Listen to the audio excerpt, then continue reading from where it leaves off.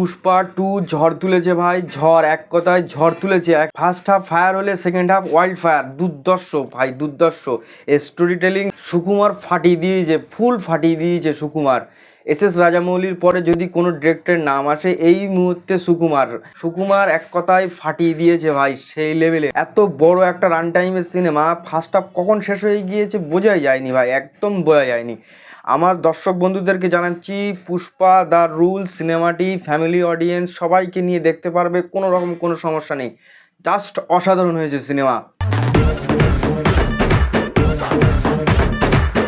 সকাল 9:45 শো ছিল। ফার্স্ট এসেই জাস্ট একটা কুইক রিভিউ দেওয়ার চেষ্টা করছি, পরে ডিটেলসে আরও আলোচনা করব। ফাহাদ ফাসিল যখনই স্ক্রিনে এসেছে জাস্ট আগুন ধরিয়ে দিয়েছে, একদম আগুন ধরিয়ে দিয়েছে। আরও যেসব ক্যারেক্টারগুলো ছিল প্রত্যেকের অভিনয় দুর্দান্ত ছিল, রাশমিকাও দুর্দান্ত, সবাই দুর্দান্ত।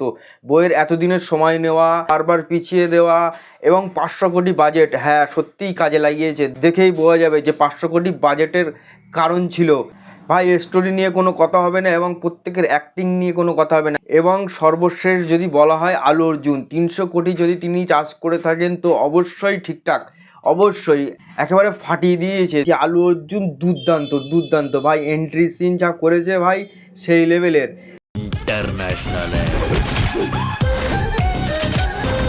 ছোট ছোট যেসব স্ক্রিনের ডায়লগ ডেলিভারি ভাই, মানে ঘুষবাম আসবে, ঘুষবাম শুনলেই মাথা খারাপ হয়ে যাওয়ার মতো ভাই, দুর্দান্ত লেগেছে ভাই, দুর্দান্ত। ফুল ফ্যামিলি অডিয়েন্স প্যাক একদম।